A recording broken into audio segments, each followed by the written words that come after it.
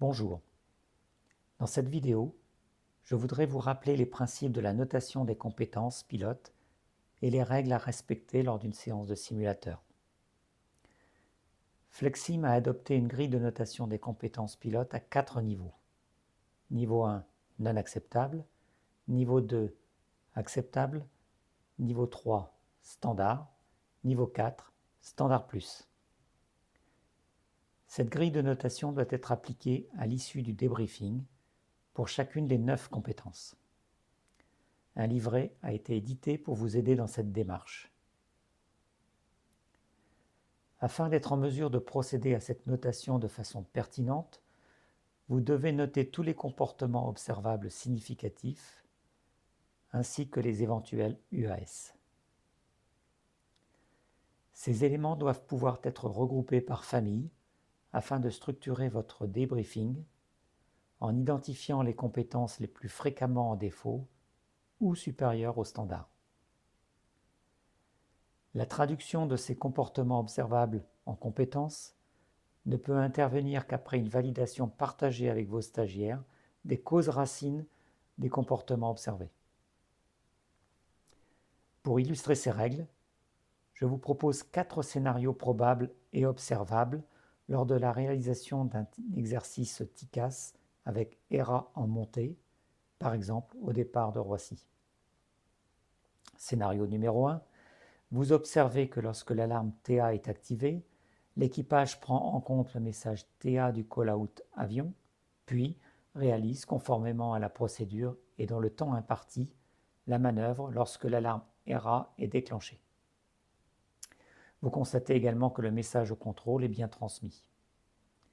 L'exercice n'appelle pas de remarques particulières et vous cochez simplement la case S. Cet exercice n'est pas évoqué au débriefing. Scénario numéro 2.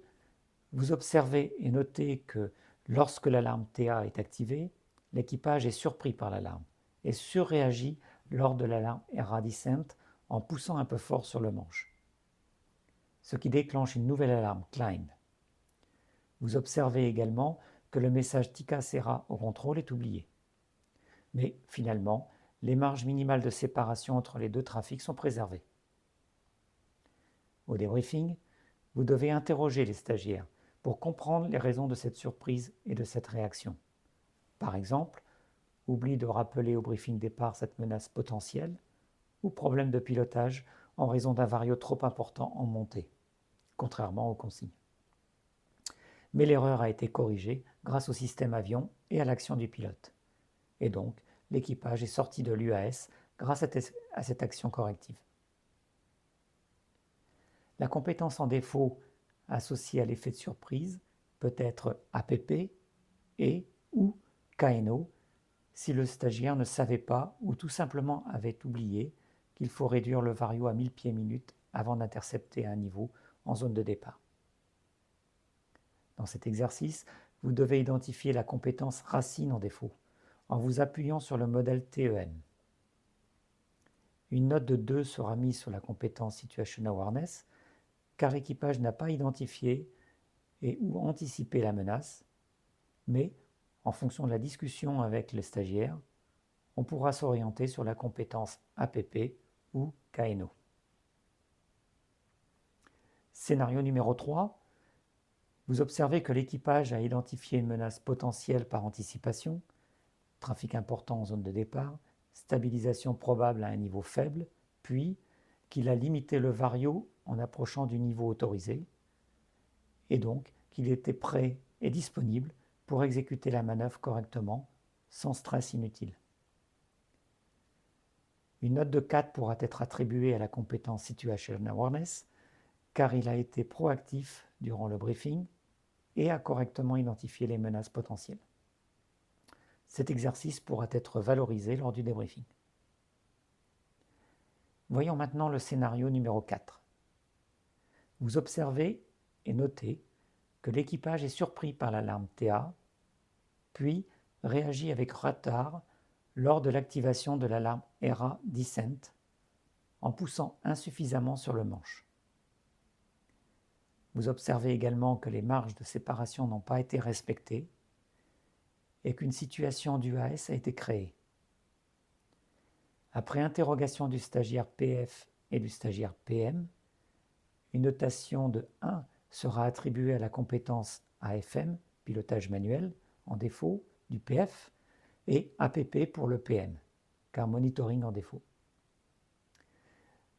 Ces comportements observables nécessitent de refaire l'exercice, soit durant la séance, soit lors d'une nouvelle séance de rattrapage. Information obligatoire au responsable pédagogique ou son représentant. On cochera donc la case U dans ce cas-là. Cette démarche doit être appliquée à tous les exercices de la séance regroupés par famille si des observations équivalentes ont été effectuées.